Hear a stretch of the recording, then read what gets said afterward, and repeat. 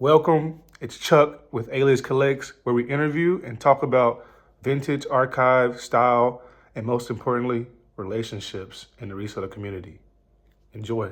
Johnny McFadden, Solosteezy, J Mac Archives, all of that. So yeah, from Coffee County, Georgia, South Georgia. So yeah, that's me. Dope. So Solosteezy, Yes, sir. basketball player, entrepreneur, vintage seller.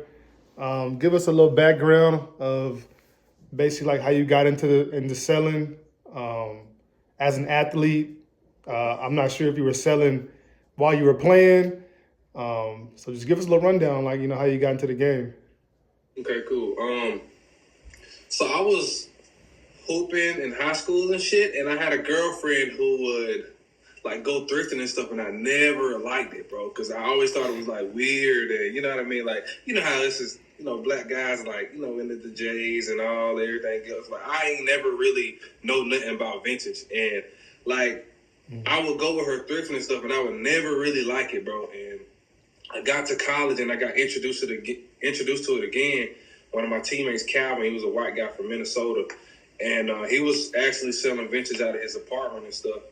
And I don't know, bro. Like he took me along thrifting with him and stuff, and I don't know. I just fell in love with it, like everything about it. And I started finding my niche, and just started collecting and thrifting and stuff. And so I was playing basketball because I came in with a knee injury, and I tore my ACL like coming out of high school, and I was playing basketball for Georgia Southern, and I don't know, my teammate was just telling me you need to go, you need to have your first pop up and stuff. You've been collecting, you've been, you know the game, you've been, you know how to differentiate newer versus older T-shirts, and so I was just like, bro, that's something I don't think I ever do, bro. Like I just don't see myself sitting up popping up because I always thought stuff like that was cringe, bro, and I just never really wanted to like get into that, bro. And like it was one off season because I tore my ACL 4 times and on and off. It was like on and off years, bro.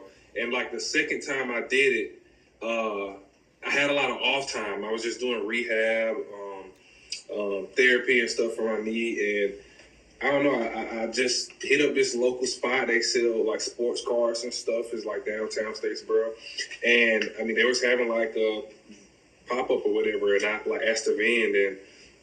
I set up there for my first time, bro. I made like $1,200, bro, and I was just like, bro, there's some money in this, bro. So Yeah. I always knew right then, like I could do this for the rest of my life, bro. So that's how it really kind of started, bro. And like I say, bro, throughout the seasons and when I tore my ACL and when I was back playing, I was still selling vintage, bro. Like I was going to pop-ups when I can, and like I met 2 guys like that was real interested in it, and they would come to my crib, we would hang out, and we would go through our collection, we would trade, and I started like bringing them on with me. So when I would go out of town for like road trips and stuff, they would go and pop up and set up for me. I just paid them a percentage or whatever, and that's how I got into the business side of everything, like making money while I'm not there, and it just grew, bro. And like throughout that time, like I said, I had my 4th knee surgery, and I was like, I knew it's over with now. Like I'm not gonna keep, you know what I mean, playing basketball and hurting myself, and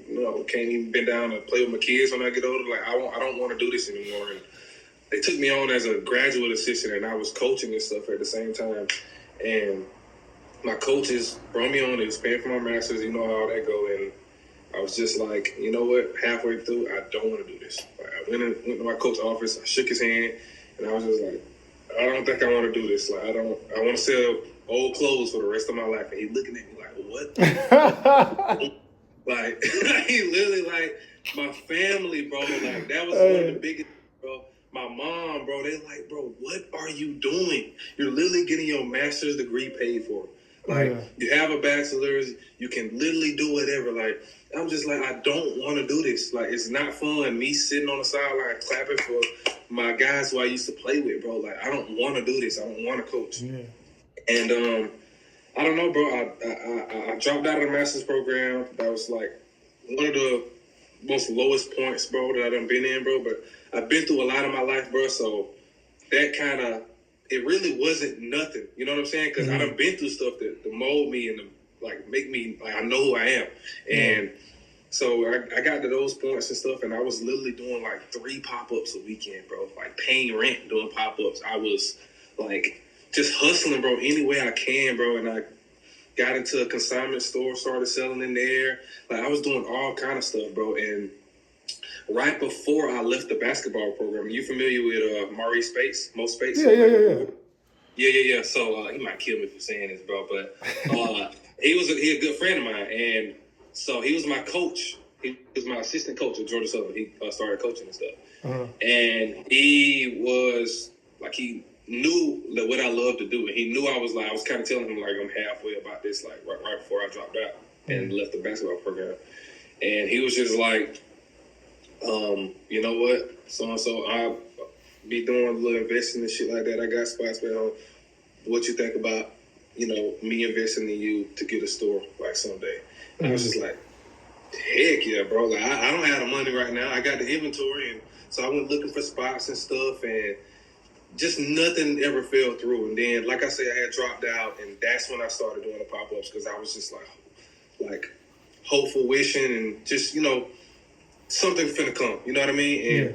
And I had a friend of mine, Tyler, who was selling sneakers in the town also, kind of on the same thing that I was doing, but he was like selling out of out of back of his place that he worked and bartended at, and it was crazy, bro. And one of the guys that I had met during the just being here in town, shaking hands, meeting business owners, he literally asked us like, "Hey, I want to open a store." And it was just perfect timing, bro. I'm not supposed to have it, bro. I'm genuinely saying this because I just grinded my ass off, bro.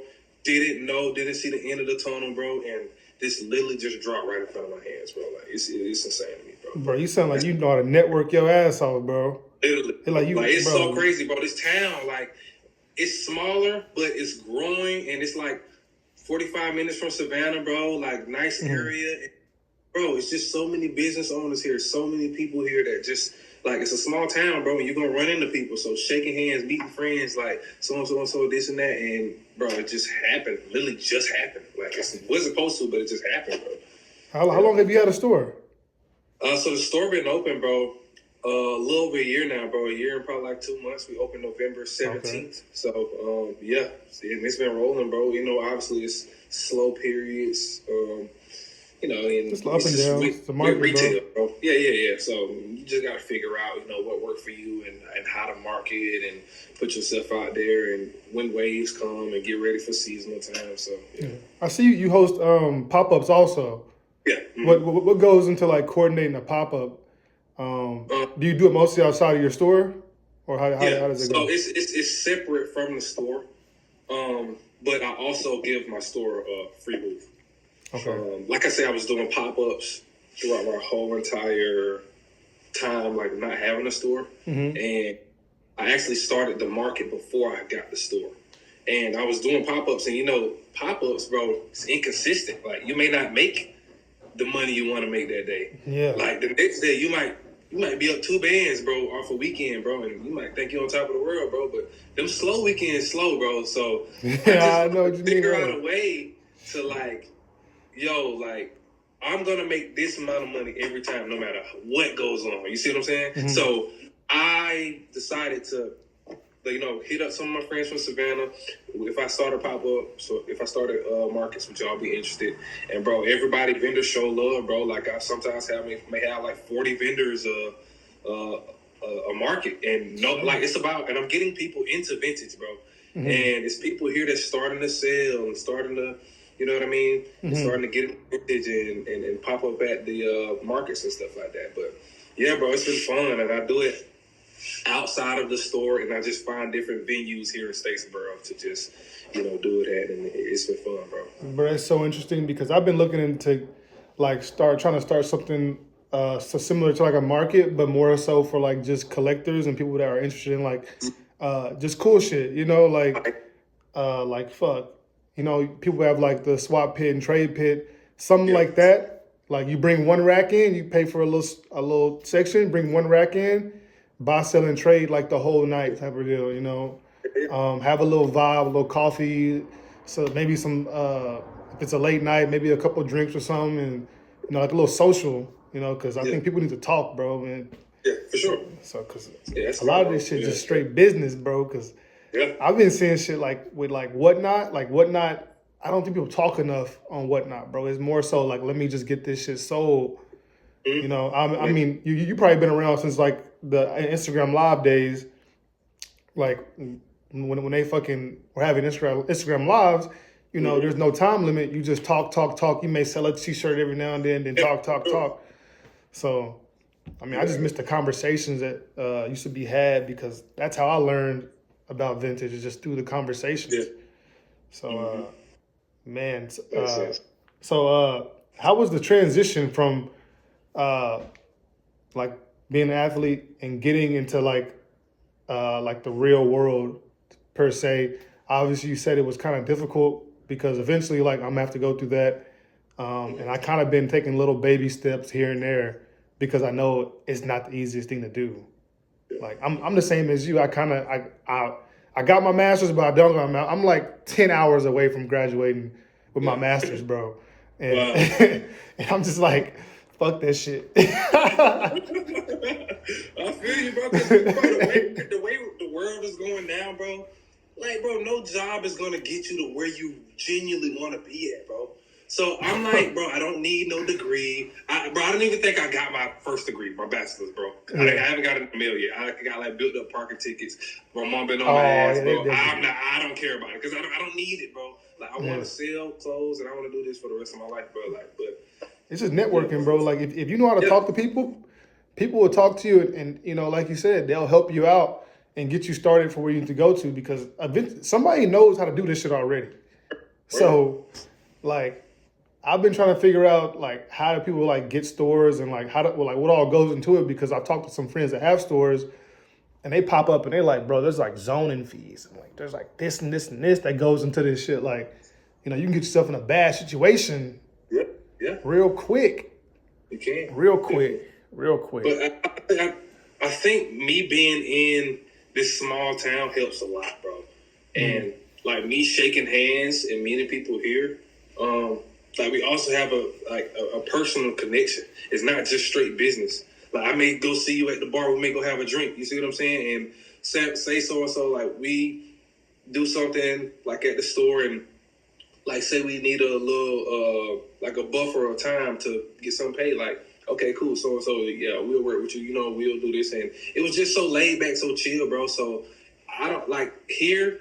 I don't have to worry about anything like that because the town takes care of like us, and it's just everybody just so lenient and just, you know, family like here, bro. So it's taking care of itself, bro. Everything. So it's lovely, bro. Because I'm from a small place too, so I can relate.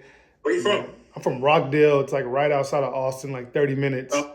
So, man, I'm from a country ass town, bro. Like when I say country, country, bro.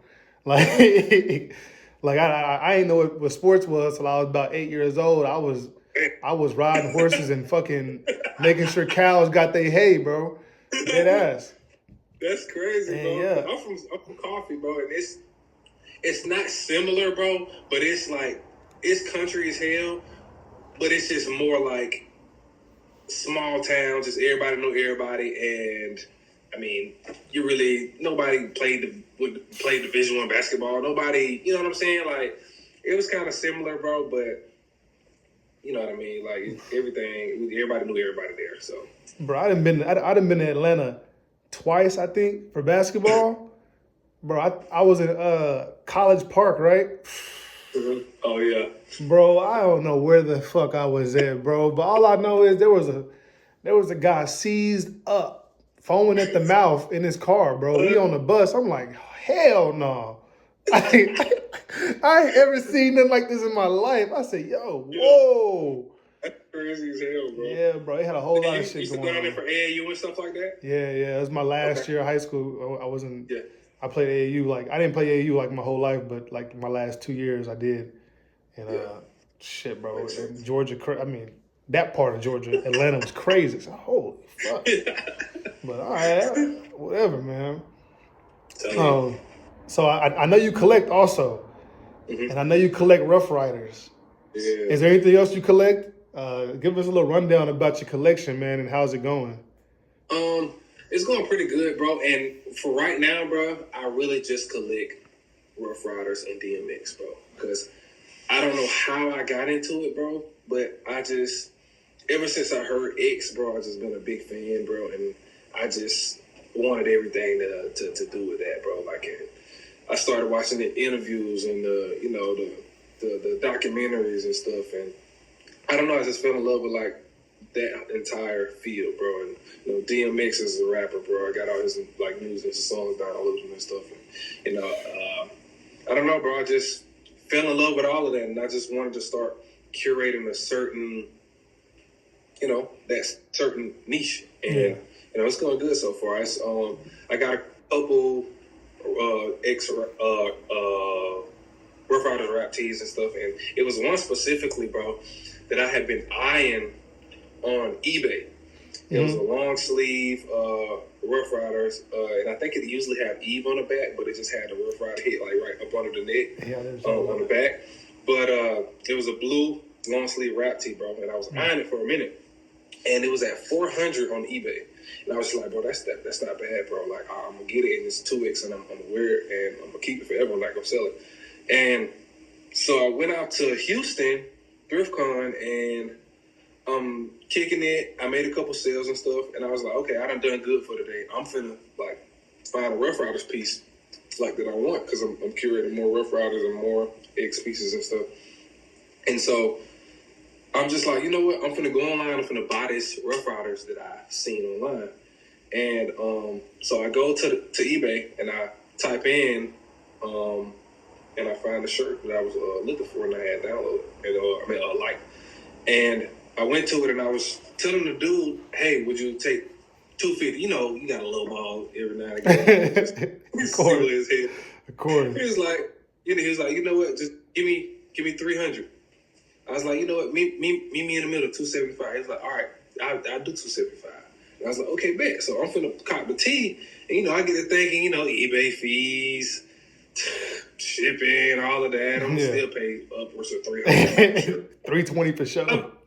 I'm just like, you know what? Let me just chill. Let me think about this while I do it. Go make a lap around ThriftCon, because I'm all at ThriftCon while I'm doing this. Yeah. Make a lap around and let me just see if I see anything else Rough Riders I like. And so I go back to the booth. I sit down, and my boy Doug, who worked for Legitimate, he legit check vintage tees and stuff like that, and he was there yesterday, and he pulled up, bro.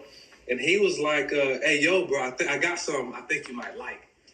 So he took me over to the table, bro, started pulling stuff out of his bag. And he was like, yo, I heard you say you like Rough Rider stuff. And I heard you say that yesterday. So I went home, I grabbed these tees I got, and I'm see what you think about it. He pulls out a blue long sleeve Rough Riders rap tee, bro. And I'm looking at it. I'm just like, this look kind of familiar, bro. He was like, but I can't take no lower than $300, bro, because a dude just hit me on eBay and he want to buy it for that price. I'm like, huh? And he showed me the message, and I'm like, bro, that's me. I literally did that. And he was like, yo, and it was just like a full circle moment, bro. And we met at $275, bro, and I got that T-shirt. This is actually one of my favorites in my collection right now, bro. And I would never sell that T-shirt, bro. Like it's a great one, bro. But it was just like right place, right time. Like he could have been anywhere in the world. Bro, he could have been anywhere. Oh my god. Anywhere. It was crazy. Holy shit, nigga standing right next to you. Bro, that's crazy. It's crazy. That's crazy, bro. Yeah. But I also seen I like all the Eve ones. I like all the Eve ones, bro.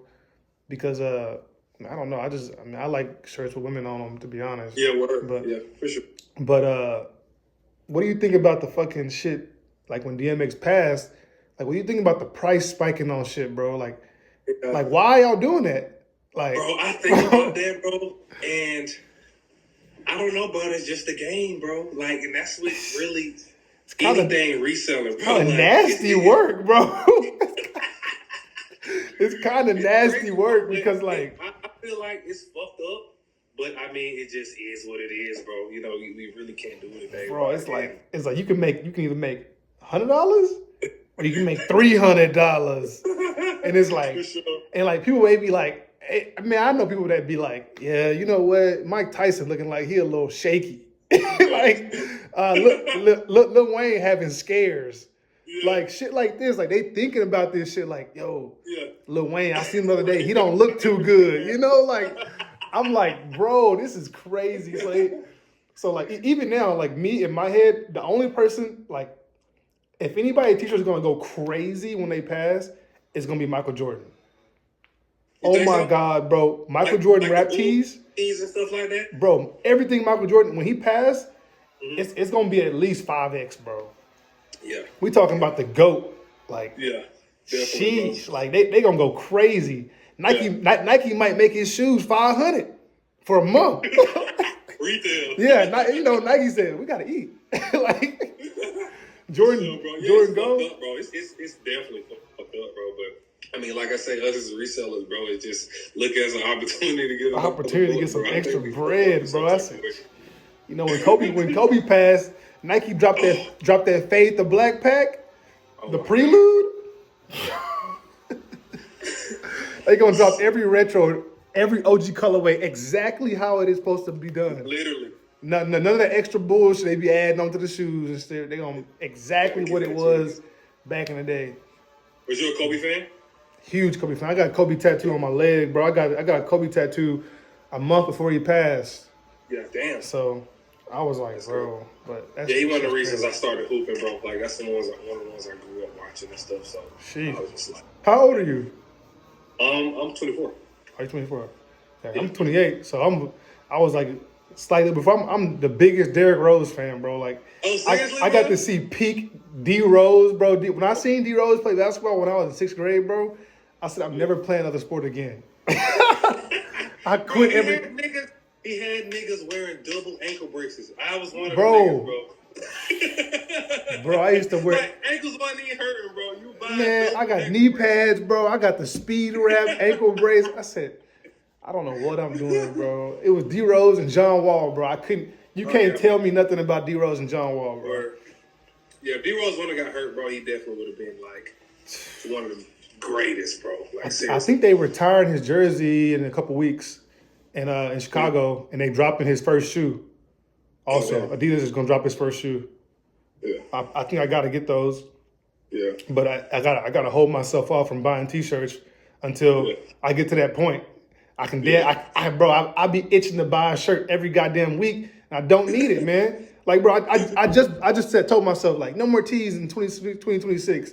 I'm good. And then Bobby posted a goddamn T-shirt. He posted like 6 shirts, and I was like, need it. Yeah, I was like, how much is that? You know, Bobby gonna always do right. I said, all right, bro. Oh yeah, he gonna work. I'm like, bro, I can't even negotiate, bro. All right, bro, I'll take the shirt, bro. I was like, fuck, god damn. Now, I'm like, shit, bro.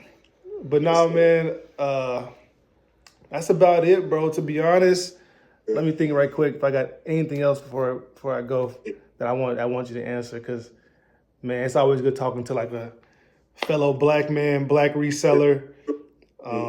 Oh yeah. So how many ThriftCon events did you do?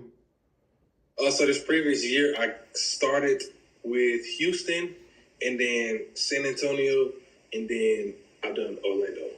So that's me vending with like with Bobby and the group with those, and so I'm gonna do Atlanta with the store. So I'm trying to get a booth for my store up there. It's about 2.5 hours from me, so we'll see how that goes and stuff. So. You gonna do just Atlanta this upcoming year, or you got plans for? No. For more? I'm gonna do the rest of it too. Woo. Yeah, we're just figuring out like with the guys, like, you know, traveling and, you know, all that different stuff. Because, you know, that, so when you, because my curation of what I have, I would say it's like higher end mids. And so I'm trying to, at the end of 2026, I want to have curated like a, you know, rap tea curation. Like, I don't want to just take what I have. Because, I have some, you know, like I can say like higher end mids that I have now, but I want to like specifically like focus on like rap tees and stuff like that. So that's what I want to start making more money. So, you know, my expenses be taken care of by shirts and stuff like that. So Yeah, I agree, man. If you come, I think I'll be at. I might be back in time to go to New Orleans. I'm definitely gonna be at Okay. OKC. Be at Yeah. OKC to see the How far is that homies. from? Okay, see. 5 hours, maybe 5 or 6. I'll probably just drive to Dallas. My fiance family from Dallas, and go from there, bro. And Okay. going up to OKC, get to see little homie Rustic, Oh, talking about and see JoJo. the JoJo, bro. JoJo, That's the homie, bro. I met JoJo when he was in Dallas with his dad, bro. Hustling, bro, hustling, He's a dog, bro. I think he's like hustling. 13, 14 right now. He in that You know what I'm area, saying? bro. He in that area. I mean, I met him Yeah. 3 years ago when he was young, bro. 3, 4 years ago, bro. Was he Like still into it? Was he into still it, into bro. Like into it, man. But I'm excited to go to ThriftCon, bro. I like to just go around and talk to people, bro. Bro, I that's the be best running my thing. mouth, dog. Running my mouth, man. Like I haven't got to meet Mike. I haven't got to meet you. Yeah. Like I only been to, like I only got to go to Houston's. So like I met Bobby one year. I met a bunch of other homies. Some guys traveled to DFW SwapCon. That's also a pretty big event in Texas. And we Yeah. got this new event called ThrillerCon that's also good in Houston. Um, but yeah, man, it's just I'm excited to see what 2026 holds. I got a lot of good tees that I Okay. curated for fucking ThriftCon and left to go play basketball. So they just sit in the crib. So And have you been? How is buying over there, bro? I don't mean to get off subject, but how is like nah, curating and stuff? it's pretty good, bro. There's a lot of like international sellers like that sell from different countries, but as far as like where I'm at, it's mostly banned, bro. Like and right now since it's so cold, I only find like hoodies, or I'll Yeah. find like just random like maybe early 2000s t-shirts, but Yeah. nothing that's like just off the wall. But I haven't hit Yeah. any real vintage stores because they have like actual vintage stores here, and the market here is completely different than the market in the U.S. So you can go over here and probably find a good rap tee for about, $80, $90. Make a little money on it. Yeah. Just depends on the respect it's gonna get in the US because Word. some of these shirts don't some of the Euro prints be so crazy, they get no respect. They get no love. Yeah. Like I mean, it's the game. But Yeah. Word. I mean sourcing is kind of easy. There's no pressure to source, you know what I mean? Like Yeah. you're not gonna No walk in the thrift store. competition. Bro, no competition at all, bro. You're not gonna walk in the thrift store. Nobody Great. cares. That's great. Like, bro, if they had a Benz here, there'd be nobody in that motherfucker. Oh my god, bro. Bro, Yeah. Bro. reselling's getting hard, bro. Like just to like get what you want to sell. So I mean, people are getting forced to like just use People do eBay. it, and a lot of people they do it. I mean, for the cheese, I do it for the love of the game, bro. Because I just, like I said, I fell in love with it, bro. And, I mean, a lot of people just not in it for the right reasons, but time will tell. Yeah, time will definitely tell. Well, I'm not gonna hold you too long, bro. I appreciate you getting on the phone with me, Johnny. Yeah. You're a real good dude, man, and I'm excited to see what you got next in store. And hopefully I get to see you this summer. I'll be around, so I'm gonna come find Mike. Gotta come find you. I gotta get over to the east, that southern East Coast, man. Go see my people, man. I gotta go see my folks. Gotta stay away from College Park, bro. But you gotta pull up. Bro, I'm terrified of Atlanta, bro. I'm terrified, bro. I was like, dang, because I wanted to go to Atlanta ThriftCon, but Mike told me, he said, top of the year. I said, yeah, it's not happening, buddy. Not happening. You say you leave in April, right? Yeah, bro. So I may just come out there if like shit, just make a trip or some shit. Hit Georgia, hit Florida. Let's go say what's up and shit, bro. So probably hit New York just to see some more folks too. So yeah, we'll see. But appreciate your time, bro. Thank you. Have a nice rest of your day.